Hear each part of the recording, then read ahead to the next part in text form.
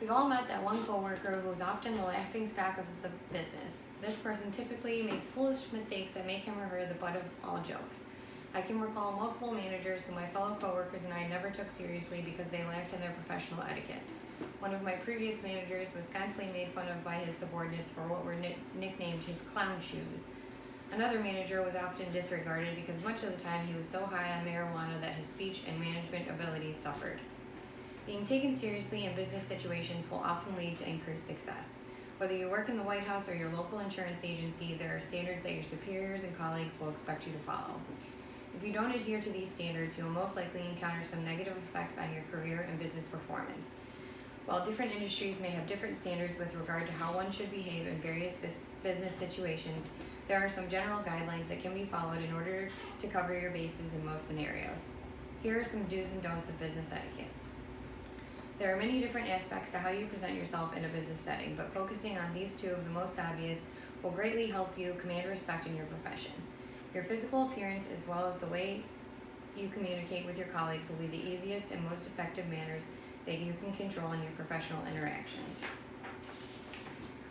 Physical appearance is the first thing that colleagues and superiors will notice about you in a business setting. It dictates what others think of you during their first impression and sets the tone for all further interactions. According to an article on thebalancedcareers.com, it is important to be aware of and follow along with the culture of the company you are working for.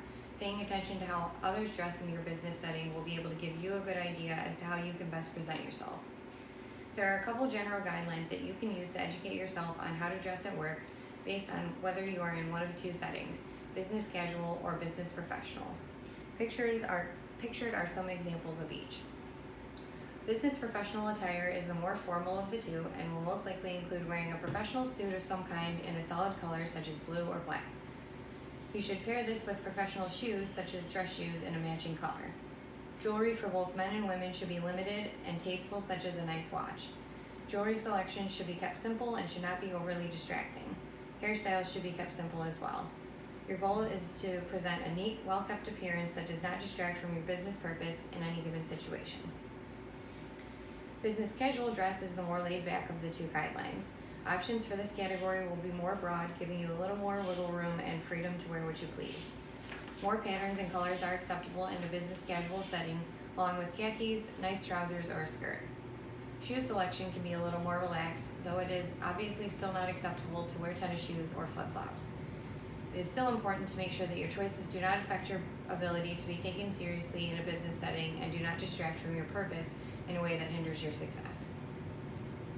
Interview attire is the most professional attire you will have to wear in any type of business. Think of this as your Sunday best. You should want to be as well put together as possible in order to convey your desire for the position for which you are interviewing, as well as how seriously you are about the position and your own personal self-respect.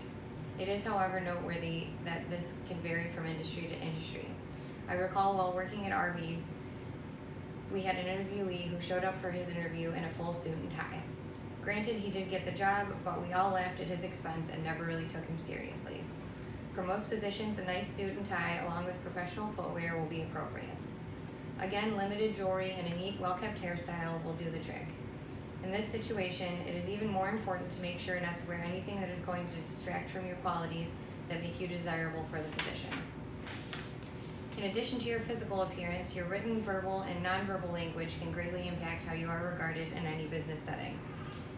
When communicating and writing, you should be sure to use proper grammar and punctuation. This gives the impression that you are well educated and knowledgeable in your profession. Using internet slang should be avoided in your written communication.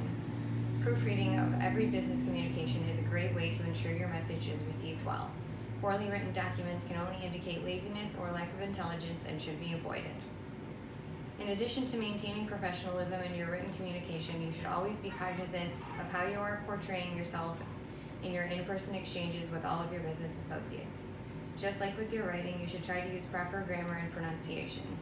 In these in-person situations, you should never use slang or vulgarities, as they give the impression that you do not take your own communication seriously.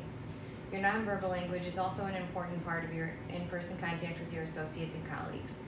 According to an online article on the basics of business etiquette, you should keep your physical interaction limited to a quick but firm handshake. This sends a message of respect and formality. eye contact is another important nonverbal message that can convey your interest in what others are saying and that you are truly present in the communication.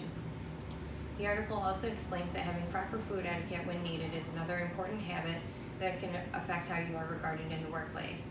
Taking care to eat with manners and avoiding stinky foods that may offend others will help you to ensure your food etiquette is respectable.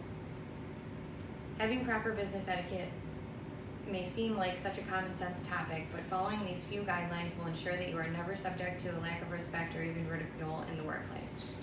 Your appearance is something that affects how people respond to you on even a subconscious level. It can truly make or break a first impression and is one thing that you can control entirely in your business dealings. Your written, verbal, and even nonverbal language are also crucial to how you are regarded by your colleagues and business associates.